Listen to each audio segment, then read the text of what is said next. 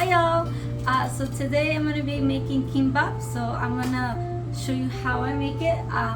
So this is a recipe that from a YouTuber that I follow, and I will put that specific recipe in the description below so you can follow it, you guys can do it. It's actually not hard, it's actually really easy. I was surprised. This is the first Korean dish I've ever made, and my family loves it, and every time they want something Korean they always ask me to make gimbap. Let it come to a little bit more, just a teeny bit more heat, so maybe that's 7. You don't want it too hot, but you also don't want it to be too cold, because you want it to sizzle. Let's see what I'm thinking, which it should be good then. So put it in there.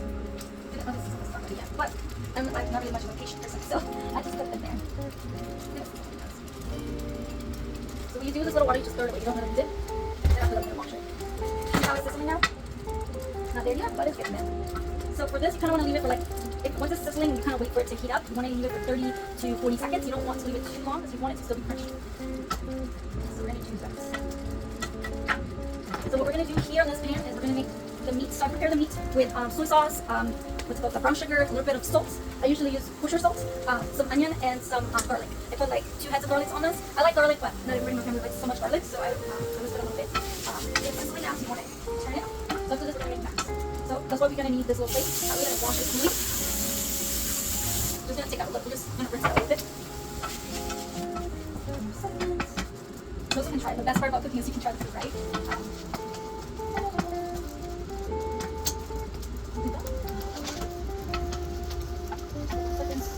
Ready.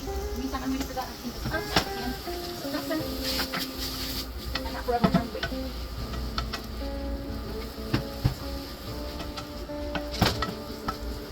Try it.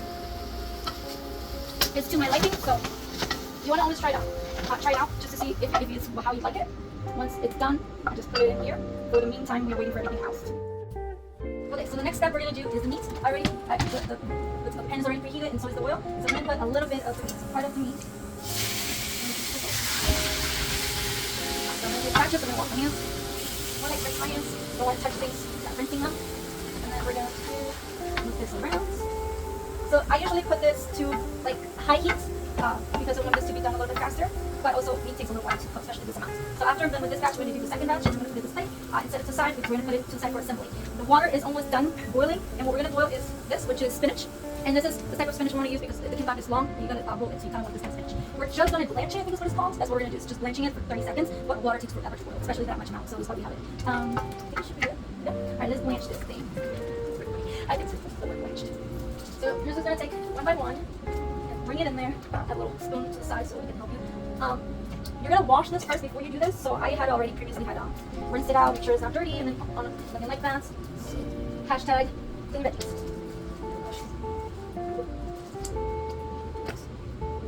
This is kind of a little bit longer than I usually get it. This is all they had at the store. So you want to blanch it enough for it to turn like a little dark green. The last little piece. So this is the spinach.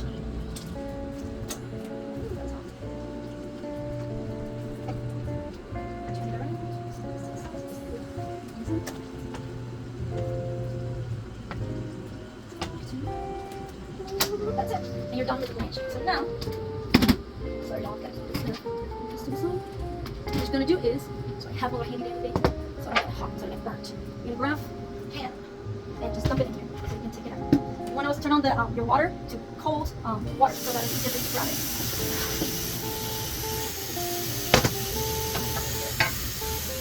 So it's cold, so you rinse it, so you can grab it now. See how it's blanched? Basically already cooked.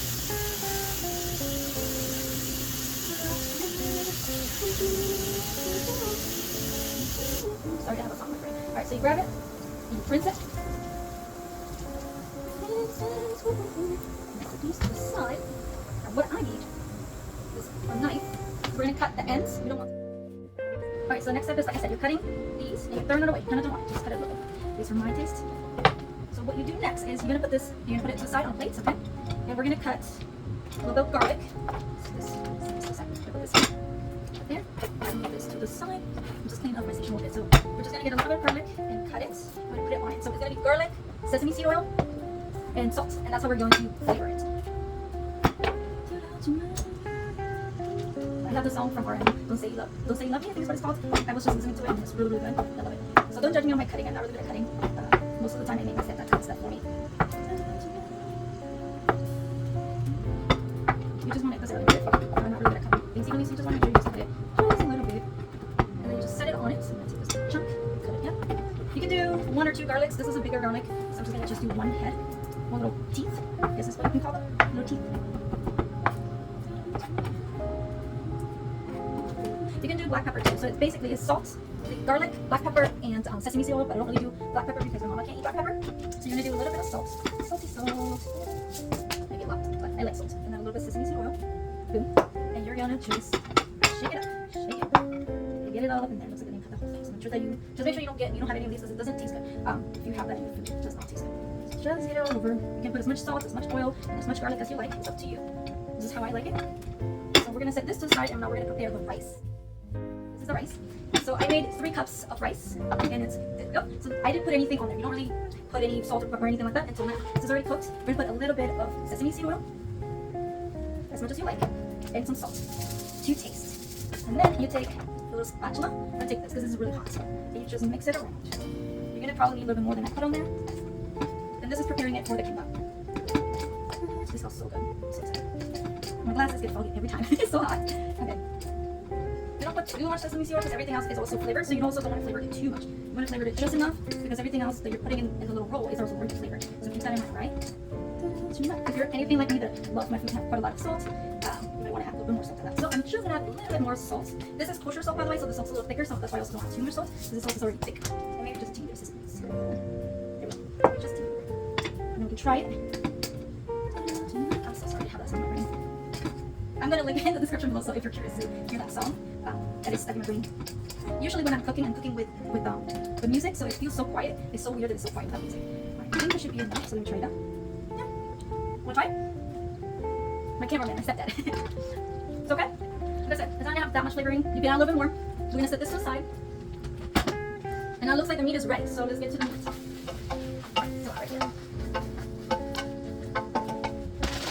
Alright, the meat's still not ready. So the next step that you're going to need,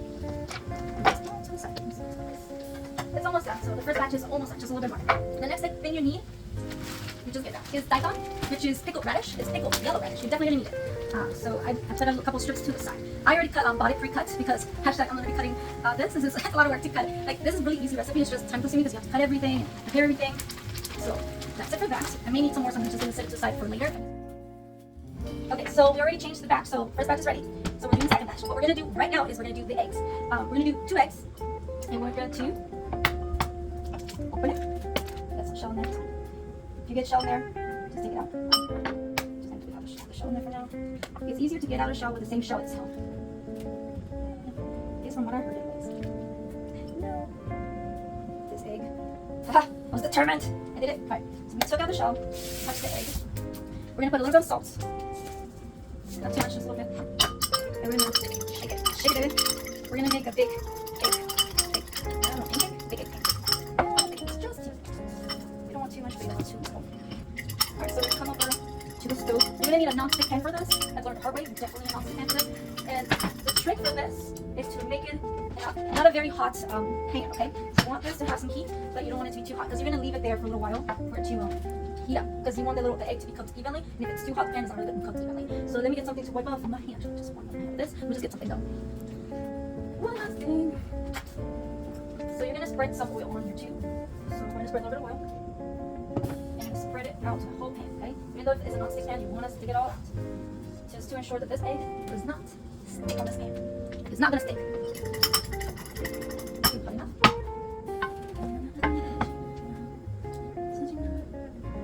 We want it to sizzle a little bit, so we're going to keep it a little bit to get a little bit more hot.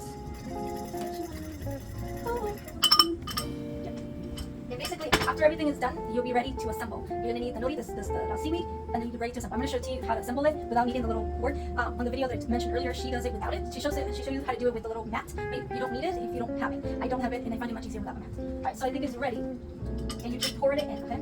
With a whole egg. I think. Make sure it covers the whole pan. Covers the whole pan. Alright, so we're going to get ready to assemble. So we're going to cut the egg, and we're going to cut it in strips. So the egg is ready, so we're going to cut it in little strips so that, I'm sorry, you can't see.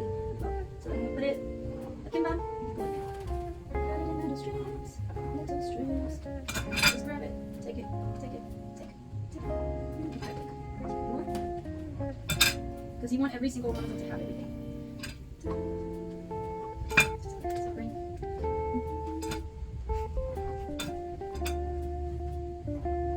Okay, so that is done. So what we do is grab it, put it there.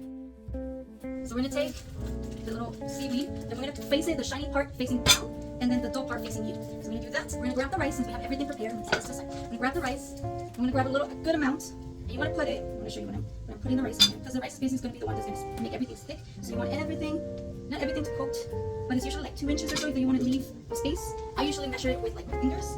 So let me show you. So beautiful. I'm so excited to eat this. So hungry. Just a little bit more. Make sure that you kind of evenly distribute it. Alright, so you're going to leave about this much space. You can leave little glasses, just a little bit. There we go. That feels better. So you're going to leave this much space. Now we're going to assemble it. So we're going to do 2 strips of this, a couple strips of this. And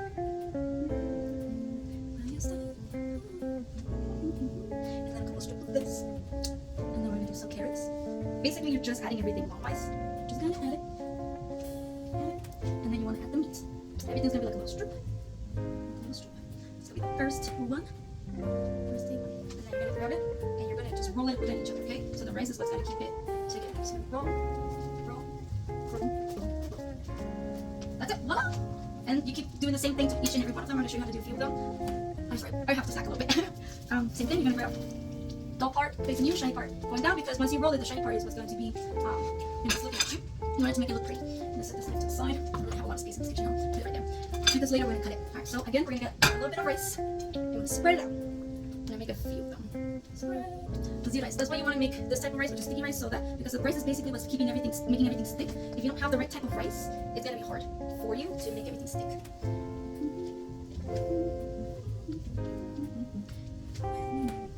I'm listening to my brain take to by BTS. It's such a beautiful song. I'm gonna also put that in the description down below because Holy Smokes, that song is amazing. That's beautiful. So whatever way you want it, take 2 of these, some carrots. You know, we make some egg, which is in Korean is karan. I think I'm pronouncing it right. I'm not sure. I'm trying to learn Korean, but it obviously stuck. It's really hard to learn another language. The reason why we have cut in everything long wise and like everything you want long because it's gonna be a long like tube. So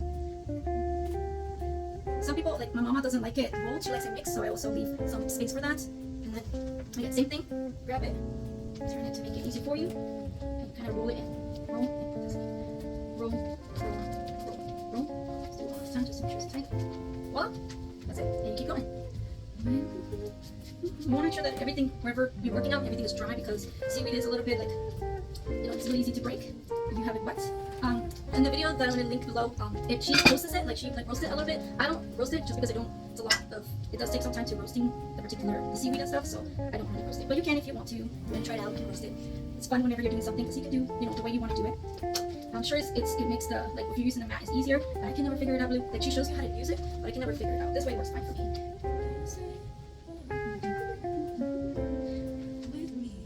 Sticky rice is really sticky. This smells so good, man. I can't wait to eat. I'm so hungry. And yes, it does get really messy, as you see. Mess. You want to make it as even as possible. You don't want to leave the rice open. Make sure that you're closing the rice every time you're going to use it, just because the rice is going to dry out and it's going to be sticky. And so you just want to make sure that you are doing that, okay? Every time.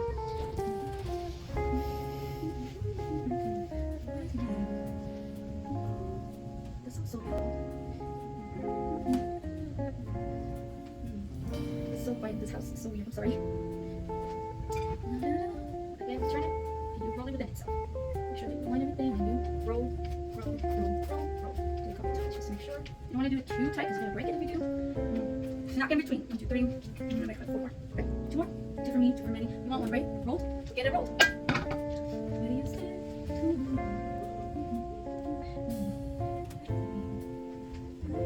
And then I'm going to show you the way my mama and my stepdad like eating this, which is mixed together. I also love eating it that way. And then you can like cut the seaweed and just add it to it. Oh, so good.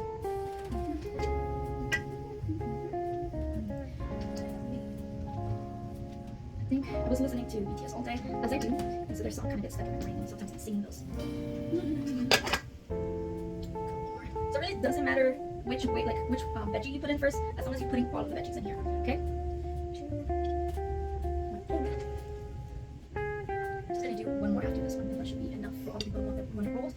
show you how to do it the other way, the non-rolled way, which is with no seaweed. Okay, put everything on there. And move it to the side. Line it. Oop, this one's a little hard. Line it. Pull it. Pull it. Pull it. Pull it. Pull it. One more time. Pull it.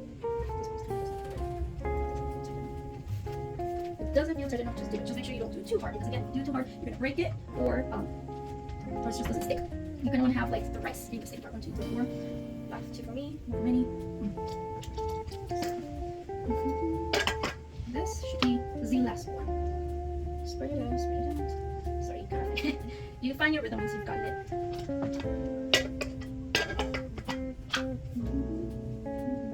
You can always measure with your fingers too how much space you want to do.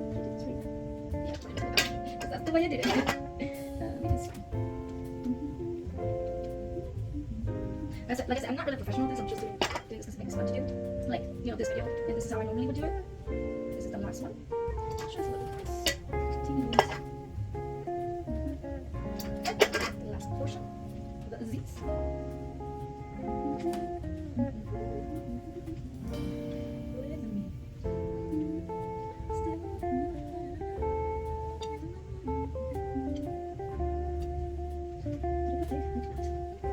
The egg. Last rolling one. Shall we end with a good note? Hopefully, let's see.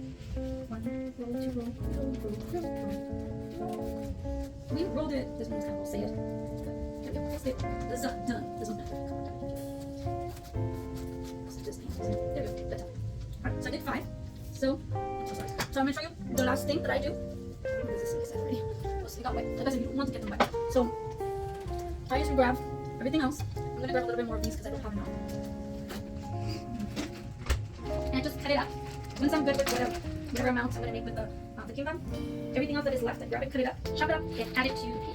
So I'm showing this this now. So first of all, we're going to chop the egg. Chop, chop, chop, chop. Just and open the pan. You're probably going to need to have a bigger pan than this, especially for meat. So I think I'm going to do that. But for now, I'm going to show you.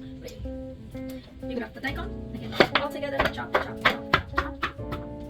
Chop it nice. Another. This is for the people that don't want it to be rolled, don't want it to be in the. So we'll just chop it up. Chop it up. Grab the carrots. Get the rest. Yes. The only thing that I don't like about this is it's very messy because you have to. There's a lot of plates and stuff that you have to clean and stuff. We're gonna add the meat. You just mix. So you're gonna start mixing. Making sure that every single bite has like rice, meat, carrots, the egg. Things start flying out. But this is really good too, so if you don't say like you get everything ready and it just doesn't work out for you, you cannot roll it, and you're kind of feeling a little sad and defeated, hey, that's fine. Food is food, you can still eat this. So you'll just mix it. You can still mix it and it's still really good, okay? So don't feel defeated. This is still pretty amazing. If you want to, have the taste of the seaweed, you can grab it, like cut it with a pair of scissors and just throw it in there. It's really good. This is a very forgiving recipe, because if you cannot roll it, you can still eat it, it still tastes delicious.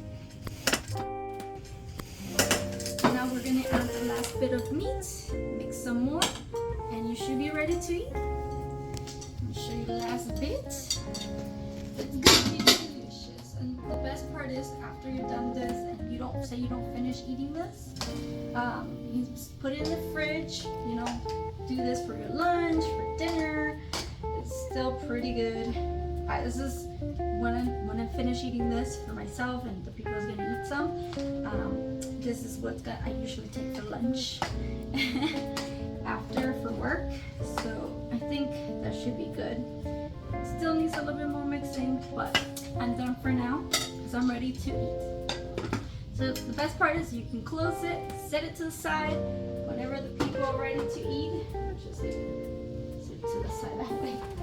So that is it. I'm gonna clean myself, clean the kitchen. Thank you so much for watching, and hopefully we see you next time. Bye bye.